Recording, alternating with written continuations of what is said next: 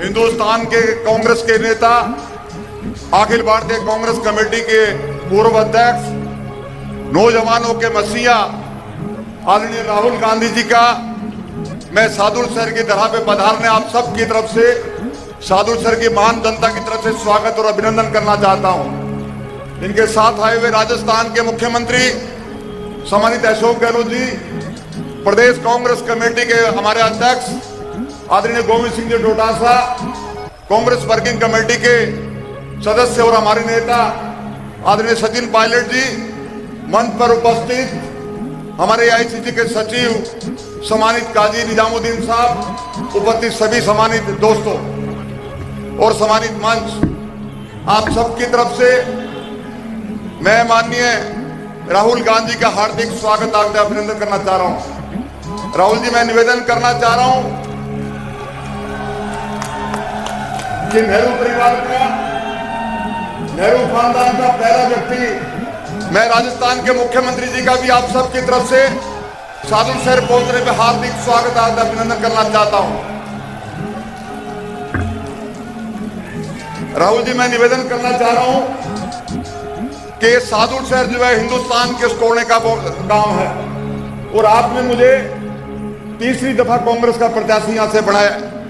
राहुल जी, मैं एक मजदूर का बेटा हूं, कारपेंटर का बेटा हूं, लेकिन लंबे समय तक कांग्रेस पार्टी में कार्य किया और आपने आशीर्वाद दिया। सादुल शहर की महान जनता ने मुझे विधायक बनाया और आज फिर आप मुझे आशीर्वाद देने के लिए हमारे आए। राहुल जी, एक बात कहते हुए अपनी बात खत्म करूंगा कि सादुल शहर की जनता की तरफ से आपको स्पष्ट करना चाहता हूं, तमाम कांग्रेस के साथियों की तरफ से, कि निश्चित तौर पे सादुल शहर में कांग्रेस की सीट जीतेगी और राजस्थान में कांग्रेस की सरकार रिपीट होगी। मैं माननीय मुख्यमंत्री जी का धन्यवाद करना चाह रहा हूं कि मुख्यमंत्री जी 70 साल के बाद 200 करोड़ के खाड़े आपने भाखड़ा और 100 करोड़ के खाड़े कनाड़ में दिए। इस लंबी फेज के बाद किसानों के लंबे समय तक की जो समस्याओं का समाधान कर सके, और मैं आपसे ये धन्यवाद करना चाह रहा हूं कि नरमा कपास की फसल के खराब के बाद 1125 करोड़ का आपने अनुदान दिया, उसके लिए बहुत बहुत धन्यवाद। आपका पूरे स्वागत। जय हिंद। अब मैं उद्बोधन के लिए आमंत्रित करूंगा हमारे पूर्व उप मुख्यमंत्री श्री सचिन जी पायलट साहब को कि सचिन जी पायलट मंच पर आए और अपना उद्बोधन दें। हम सभी के नेता आदरणीय राहुल गांधी जी, प्रदेश के मुख्यमंत्री सम्माननीय अशोक गहलोत साहब, डोटासरा जी, हमारे विधायक जहांगीर साहब, मंच पर नेतागण, दोस्तों, बुजुर्गों, माताओं, बहनों, प्यारे बच्चों, हमें आने में थोड़ी देर हुई, उसकी क्षमा चाहते हैं, लेकिन सुबह से राहुल जी दौरे पर निकले हैं और जहां जहां हम लोग गए हैं वहां हजारों लाखों की तादाद में लोग आए हैं और हमको आश्वस्त किया है कि आने वाले समय में 25 तारीख को कांग्रेस का बटन दबाकर भारी बहुमत से पूरे प्रदेश में सरकार कांग्रेस पार्टी के बनाने जा रहे हैं। मैं जानता हूं ये सीमावर्ती इलाका है, यहाँ बहुत चुनौतियां रहती हैं, लेकिन मैं इतना भी जानता हूं कि भाजपा और कांग्रेस में जब तुलना करोगे तो कांग्रेस बहुत आगे है। किसानों की, नौजवानों की, फौजियों की, बुजुर्गों की, महिलाओं की, सबकी समस्याओं का समाधान करने का अगर किसी के पास मानस है तो सिर्फ कांग्रेस पार्टी पे है। राहुल गांधी जी ने जिस जोश के साथ आज सभी कार्यकर्ताओं में एक आत्मविश्वास भरा है, उसे देखकर मैं पक्के वादे से कर सकता हूं कि 3 तारीख को जब पेटियां खुलेंगी तो प्रचंड बहुमत के साथ कांग्रेस की सरकार राजस्थान में बनेगी। भाजपा और कांग्रेस का कोई मुकाबला नहीं है। छत्तीसगढ़ में, मध्य प्रदेश में, तेलंगाना में सभी जगह कांग्रेस की आंधी आ रही है। आज यहां पर आकर राहुल जी ने संदेश दिया है कि कांग्रेस पार्टी एकजुट है, मजबूत है और आने वाले 5 सालों में पूरी तत्परता से आप लोगों की हम लोग सेवा करेंगे। मेरा आपसे करबद्ध निवेदन, 25 तारीख को जब मतदान होगा, हाथ का बटन दबाएं और कांग्रेस पार्टी को भारी बहुमत देकर जिताएं। बहुत बहुत धन्यवाद। राम राम साहब।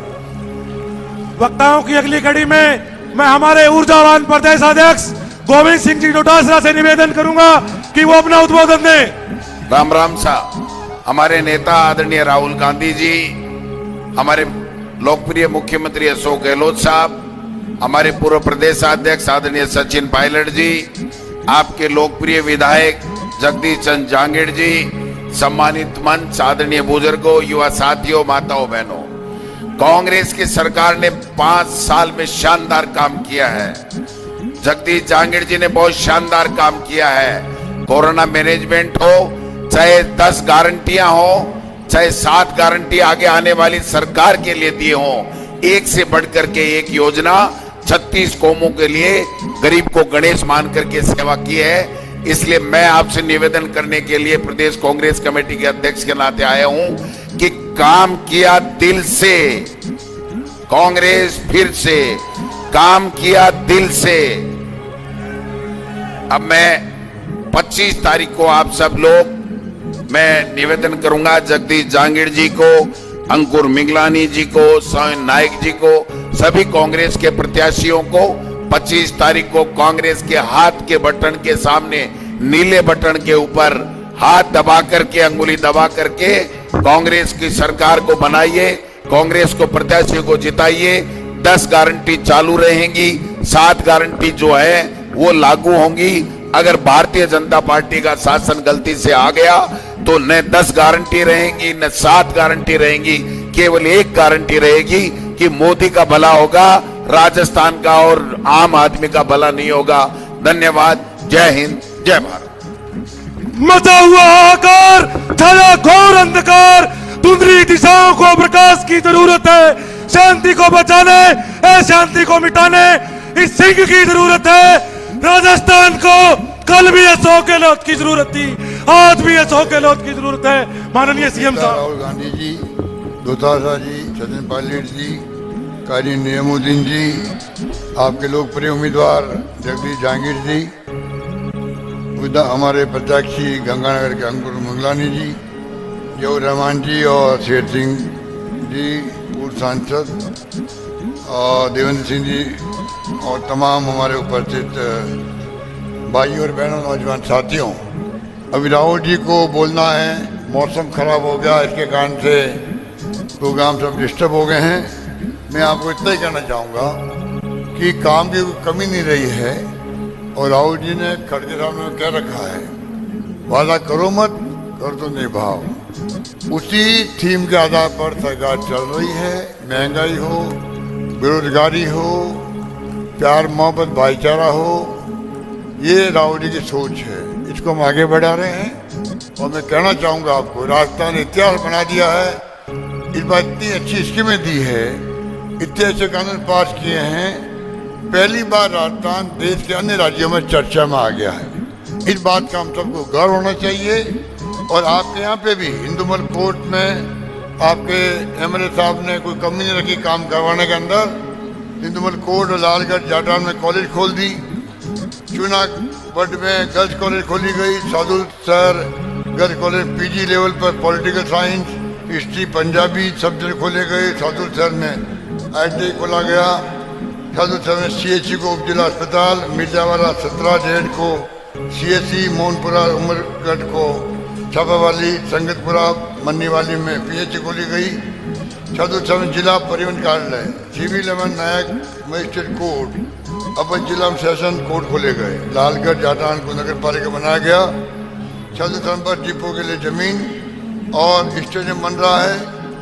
लालगढ़ जाटान में नई स्वतंत्र मंडी। साधुल सर में पक्के खालों का निर्माण तो हो चुका है। 11,700 हेक्टेयर क्षेत्र में निर्माण पूरा हुआ है। और अभी मुझे जगदीश जी ने कहा कि बचे हुए खाले जो हैं वो भी मैं कहना चाहूँगा, सरकार आ जाएगी तो बचे हुए खाले भी और खेतों में खाले भी बनाए जाएंगे, ये मैं कहना चाहता हूँ। और टाटा इंस्टीट्यूट से बातचीत चल रही है। टाटा इंस्टीट्यूट जानते हो कि फेमस है, कैंसर की प्रॉब्लम बहुत ज़्यादा पंजाब से भी और आपके क्षेत्र में भी। तो कैंसर का अलग से हॉस्पिटल कैसे बने इस क्षेत्र में, उसका में ध्यान रखा जाएगा, ये मैं आपसे कहना चाहता हूँ। और यही बात करता हुआ मैं आपसे अपील करूँगा, आपके जो उम्मीदवार है जगदीश जांगीर जी आपके यहाँ से हैं, तो नायक जी है राजनगर से, अंकुर मिगलानी जी है गंगानगर से, डूगराम कैदर जी है सूरतगढ़ से, शिमला देवी नायक है अनूपगढ़ से। कृपा करके आप पांचों को कामयाब करें। आप देखेंगे जो स्कीम हमने दी है, गारंटी दे दी गई है महंगे राज्य शहरों में, 7 गारंटी और घोषणा की गई है।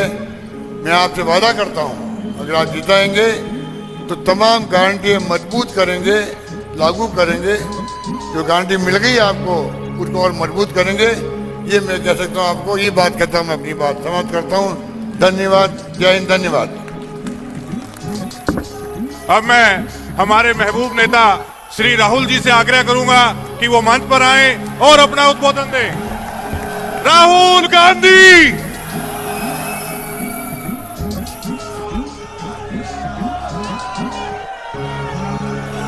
अशोक गहलोत जी,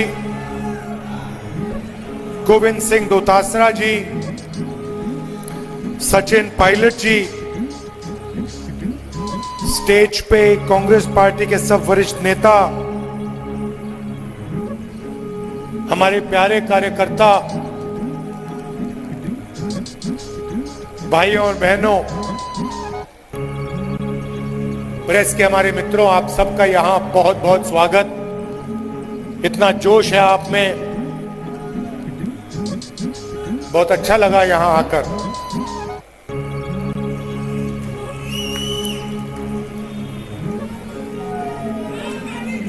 आपको याद होगा कुछ साल पहले कोविड आया, सबके घर में कोई ना कोई बीमार हुआ। देश में लाखों लोग मर रहे थे, ऑक्सीजन नहीं था, दवाइयां नहीं थी, लाशों के ढेर पड़े हुए थे। और देश के प्रधानमंत्री ने कहा, भाइयों और बहनों, थाली बजाओ।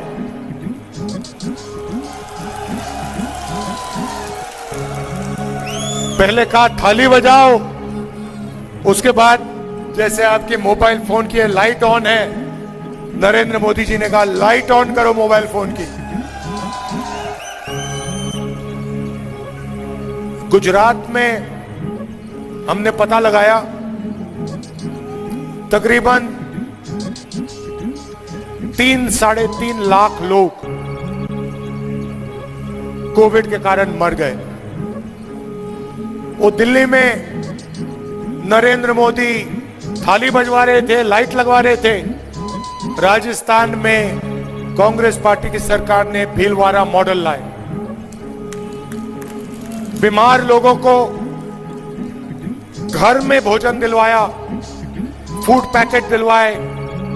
यूथ कांग्रेस के लोग, कांग्रेस के कार्यकर्ता ऑक्सीजन सिलेंडर निकाल के ढूंढ के निकाल के लाए। राजस्थान के अस्पतालों में कोविड के मरीजों की रक्षा हुई, सही दवाई मिली। यह फर्क है, हम काम कर जाते हैं, उनके सिर्फ खोखले शब्द हैं। नरेंद्र मोदी जी ने आपसे वायदा किया था 15 लाख रुपए का बैंक अकाउंट में देने का, मिल गया? नहीं मिला ना? आपको और मिलेगा भी नहीं कभी। मगर भाइयों और बहनों, 14.5 लाख करोड़ रुपए, 14.5 लाख करोड़ रुपए नरेंद्र मोदी ने हिंदुस्तान के अरबपतियों का कर्जा माफ किया। आपको 15 लाख रुपए नहीं दिए, उनको 14.5 लाख करोड़ रुपए उठा के दे दिए। आपने देखा होगा नरेंद्र मोदी के भाषण में, पहले जहां भी वो जाते थे कहते थे मैं ओबीसी वर्ग का हूं। याद है? याद है? नरेंद्र मोदी ओबीसी है, मैं ओबीसी वर्ग का हूं। कुछ दिन पहले भाषण दिया, भाषण में कहते हैं भाइयों और बहनों, हिंदुस्तान में सिर्फ एक जात है, वो है गरीब। अच्छा, जब आप चुनाव लड़ रहे थे तो आप बन गए ओबीसी, और जब ओबीसी की जाति जनगणना करवाने की बात आई तो हिंदुस्तान में सिर्फ एक जात है, गरीब। भाइयों और बहनों, हिंदुस्तान में आपके मुताबिक कितने ओबीसी हैं? क्या आबादी होगी ओबीसी की हिंदुस्तान में? कितनी होगी? कम से कम 50%। कोई नहीं जानता इस देश में पिछड़े लोग कितने हैं, कोई नहीं जानता, किसी को नहीं मालूम। कोई कहता है 50%, कोई कहता है 52%, कोई कहता है 55%, किसी को नहीं मालूम। आप कहोगे तो क्या हुआ? अगर पिछड़ों को अपनी आबादी नहीं मालूम तो क्या? इसमें क्या बड़ी बात है? मैं आपको बताता हूं। देश को एमएलए और एमपी नहीं चलाते। किसी भी बच्चे से पूछ लो, 10 साल के बच्चे से पूछो क्या करना चाहते हो, आपको बताएगा आईएएस में जाना चाहता हूं। बताएगा नहीं बताएगा? सारे में भारत जोड़ो यात्रा में मैं चला कन्याकुमारी से कश्मीर, बच्चों से पूछो क्या करना चाहते हो, कहते आईएएस में जाना चाहता हूं। कहो क्यों? बच्चे कहते देश को तो वो चलाते हैं। एमएलए 5 साल के लिए चुना जाता है, एमएलए बदल जाते हैं, आईएएस ऑफिसर कभी नहीं बदलता। एक बार आईएएस ऑफिसर बन गया, मानो बन गया, खत्म हो गया काम। देश को आईएएस ऑफिसर चलाते हैं। हिंदुस्तान के बजट को 90 लोग बांटते हैं। Secretary to government of India, cabinet secretary, secretary to government of India, 90 लोग हिंदुस्तान का हर रुपया बांटते हैं। स्वास्थ्य में कितना जाएगा, राजस्थान कितना आएगा, शिक्षा में कितना जाएगा, आर्मी को कितना मिलेगा, वायुसेना को कितना जाएगा, सारे के सारे निर्णय 90 लोग लेते हैं। मैंने पार्लियामेंट में सवाल पूछा, मोदी जी आप कहते हो ओबीसी की सरकार है, 90 में से ओबीसी कितने? आबादी 50%, 90 में से 45 होने चाहिए। अगर आबादी 50 है, पता नहीं ज्यादा भी हो सकती है। भाइयों और बहनों, सच्चाई क्या है? सच्चाई है कि 90 में से 3 ओबीसी वर्ग के। और अगर हिंदुस्तान की सरकार 100 रुपए खर्च करती है तो 5 रुपए का निर्णय पिछड़े ऑफिसर लेते हैं। दलित कितने? दलित भी 90 में से 3। और अगर हिंदुस्तान की सरकार 100 रुपए का निर्णय लेती है तो दलित 1 रुपया का निर्णय लेता है। आबादी 50%, भागीदारी 5% ओबीसी की।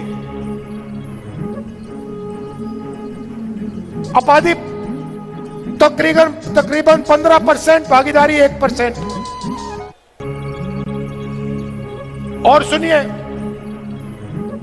आदिवासी वर्ग, हिंदुस्तान का बजट 100 रुपए का, आदिवासी वर्ग 10 पैसे का निर्णय लेता है। कहां है भागीदारी ओबीसी की? कहां है भागीदारी दलित की? कहां है भागीदारी आदिवासी की? यह सवाल मैंने नरेंद्र मोदी के सामने पार्लियामेंट हाउस में पूछा। अब नरेंद्र मोदी नहीं चाहते और बीजेपी के लोग नहीं चाहते कि देश के पिछड़े लोगों को पता लग जाए उनकी आबादी कितनी। क्यों? अगर जाति जनगणना में आ गया कि पिछड़ों की आबादी 50% है, तो फिर भागीदारी 1% 5% की कैसे रहेगी? फिर भागीदारी बढ़ानी पड़ेगी। इसलिए मेरे भाषण के एकदम बाद, पार्लियामेंट हाउस में भाषण देने के एकदम बाद नरेंद्र मोदी जी कहते हैं हिंदुस्तान में जात नहीं है, सिर्फ एक जात है, वो है गरीब। नरेंद्र मोदी जी, आप 12 करोड़ की गाड़ी में घूमते हो, 12,000 करोड़ का आपका हवाई जहाज है, हर रोज नया कपड़ा पहनते हो,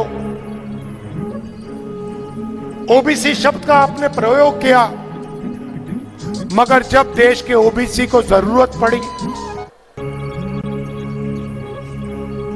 उनको तब उनकी सच्ची शक्ति दिखाने का टाइम आया, तो आप कहते हो देश में ओबीसी है ही नहीं, देश में दलित है ही नहीं, देश में आदिवासी है ही नहीं, देश में जनरल कास्ट का गरीब है ही नहीं।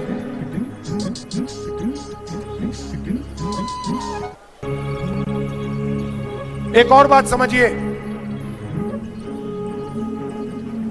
हम हर स्टेट में किसान का कर्जा माफ करते हैं, हर स्टेट में। यहां पे किसान का कर्जा माफ हुआ, 50% ओबीसी वर्ग है। मतलब जितना पैसा हमने किसानों का कर्जा माफ किया, उसका आधा पैसा ओबीसी वर्ग को मिला। यहां पे 25 लाख रुपए स्वास्थ्य में हम आम जनता को देते हैं।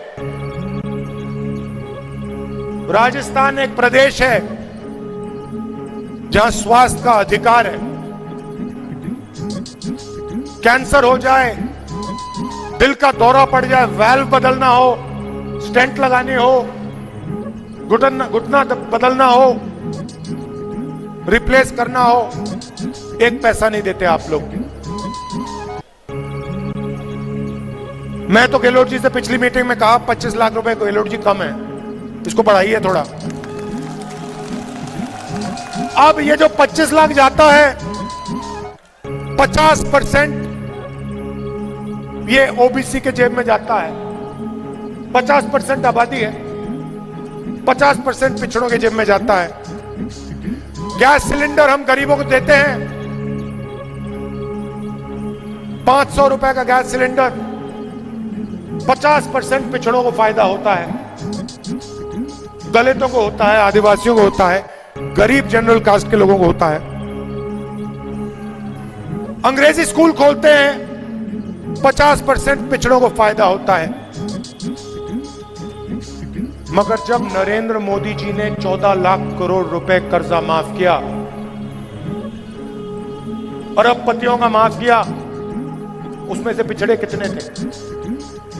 दलित कितने थे? आदिवासी कितने थे? गरीब जनरल कास्ट के कितने थे? एक भी नहीं, एक भी नहीं था। मैं उनकी योजना के बारे में बताता हूं आपको।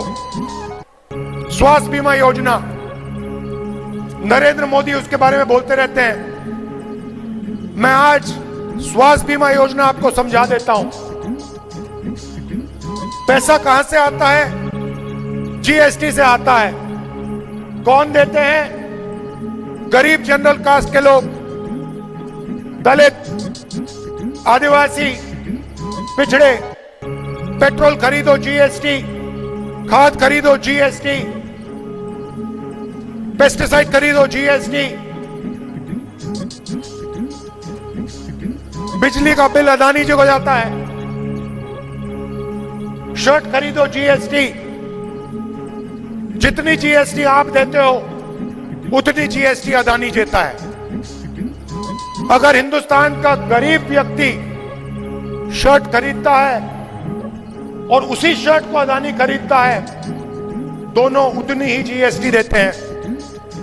अगर हिंदुस्तान का गरीब किसान 1 लीटर पेट्रोल खरीदता है, अदानी 1 लीटर पेट्रोल खरीदता है, दोनों एक जैसी जीएसटी देते हैं। अगर ढाबे में अदानी खाए और गरीब व्यक्ति खाए, दोनों उतनी ही जीएसटी देंगे। तो जीएसटी का पैसा आप देते हो। नरेंद्र मोदी जी लाए फसल बीमा योजना, 20,000 करोड़ रुपए सेंट्रल गवर्नमेंट ने दिए, जीएसटी का पैसा आपका पैसा। 10,000 करोड़ रुपए स्टेट ने दिए, जीएसटी का पैसा आपका पैसा। 5,000 करोड़ रुपए किसान ने अपने जेब से दिए, 35,000 करोड़ रुपए। 35,000 करोड़ रुपए नरेंद्र मोदी जी ने 16 कंपनियों को दिया सीधा। उनमें ना एक ओबीसी है, ना एक गरीब जनरल कास्ट का है, ना एक दलित, ना एक आदिवासी। 35 करोड़ रुपए 16 कंपनियों को दे दिए। लाखों रुपए की उनकी सैलरी, करोड़ों रुपए की सैलरी। और जब किसान को जरूरत पड़ती है, तूफान आता है, उसका नुकसान होता है, ओला गिरता है, किसान ईमेल लिखता है, फोन लगाता है, भैया हमारा नुकसान हो गया, हमारा बीमा का पैसा है, दे दो। किसान का पैसा, जीएसटी का पैसा, कंपनी कहती है भैया नहीं मिलेगा आपको, आपका तो नुकसान ही नहीं हुआ। यह है नरेंद्र मोदी की योजना। और यह सिर्फ फसल बीमा योजना नहीं है, इनकी सब योजनाएं ऐसी हैं। जीएसटी से आपका पैसा किसी बड़े कॉन्ट्रैक्टर को मिलता है, अदानी को मिलता है, किसान को, मजदूर को, गरीबों को 1 रुपया नहीं मिलता। 5 साल पहले गहलोत जी से मैंने साफ कह दिया था, गहलोत जी जितना पैसा बीजेपी की सरकार ने अदानी जैसे लोगों को दिया है, उतना पैसा आप राजस्थान के गरीब लोगों के बैंक अकाउंट में डालिए। और मैं बता रहा हूं, अभी हमने शुरू किया है, अभी आपने कुछ नहीं देखा, कुछ नहीं देखा आपने। मैं बता रहा हूं, जितने पैसे इसने अदानी को दिए हैं, उतने पैसे मैं हिंदुस्तान के गरीब के हाथ में डालूंगा। एक पैसा नहीं छोड़ूंगा। और आप जानते हो, मैं नरेंद्र मोदी नहीं हूं, झूठे वायदे नहीं करता हूं। एक बार बोल दिया तो करके दिखाता हूं। कांग्रेस ने इस चुनाव में 7 गारंटी दी हैं। आप देखिए, इसमें से अरबपतियों को हमने क्या दिया, बता दो मुझे। राजस्थान की हर महिला, हर परिवार की एक महिला को राजस्थान की सरकार हर साल बैंक अकाउंट में 10,000 रुपए डाल के देगी। गरीबों को गैस सिलेंडर 500 रुपए का अदानी जी 1400 रुपए का देते हैं, उसमें से 700 रुपए कहां जाते हैं आप जानते हो, किसकी जेब में जानते हो आप जानते हो, बताने की जरूरत नहीं है। शिक्षा में अंग्रेजी स्कूल का हमने जाल बिछा दिया। हमारा लक्ष्य है कि आने वाले समय में राजस्थान के सारे बच्चे इंग्लिश मीडियम स्कूल में पढ़ें।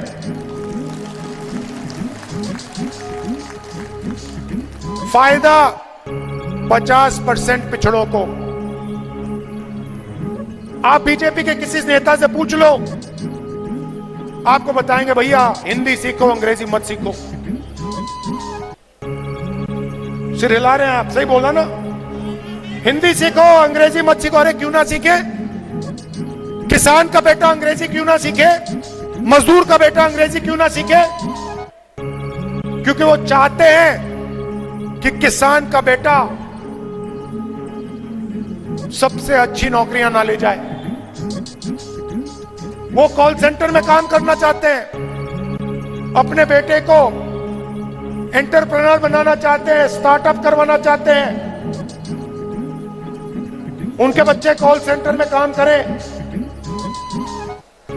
उनके बच्चे अमेरिका में जाके बिजनेस खोलें, और किसान के बच्चे, मजदूर के बेटे बेटियां मजदूरी ही करते रहे। नहीं, हम चाहते हैं कि बड़ा सा बड़ा सपना किसान का बेटा देखे, मजदूर का बेटा देखे, छोटे दुकानदार का बेटा देखे, अंग्रेजी पढ़े। एक ऐसा दिन आए जब मजदूर का बेटा अमेरिका में जाके बिजनेस खोले, अमेरिका की कंपनी में जाके काम करे, करोड़ों रुपए की सैलरी पाए। हम ऐसा हिंदुस्तान चाहते हैं। ये दो हिंदुस्तान नहीं चाहिए हमें। एक तरफ किसान मजदूर खून पसीना दे अपना, दूसरी तरफ 5-10 उद्योगपति हवाई जहाज में उड़े।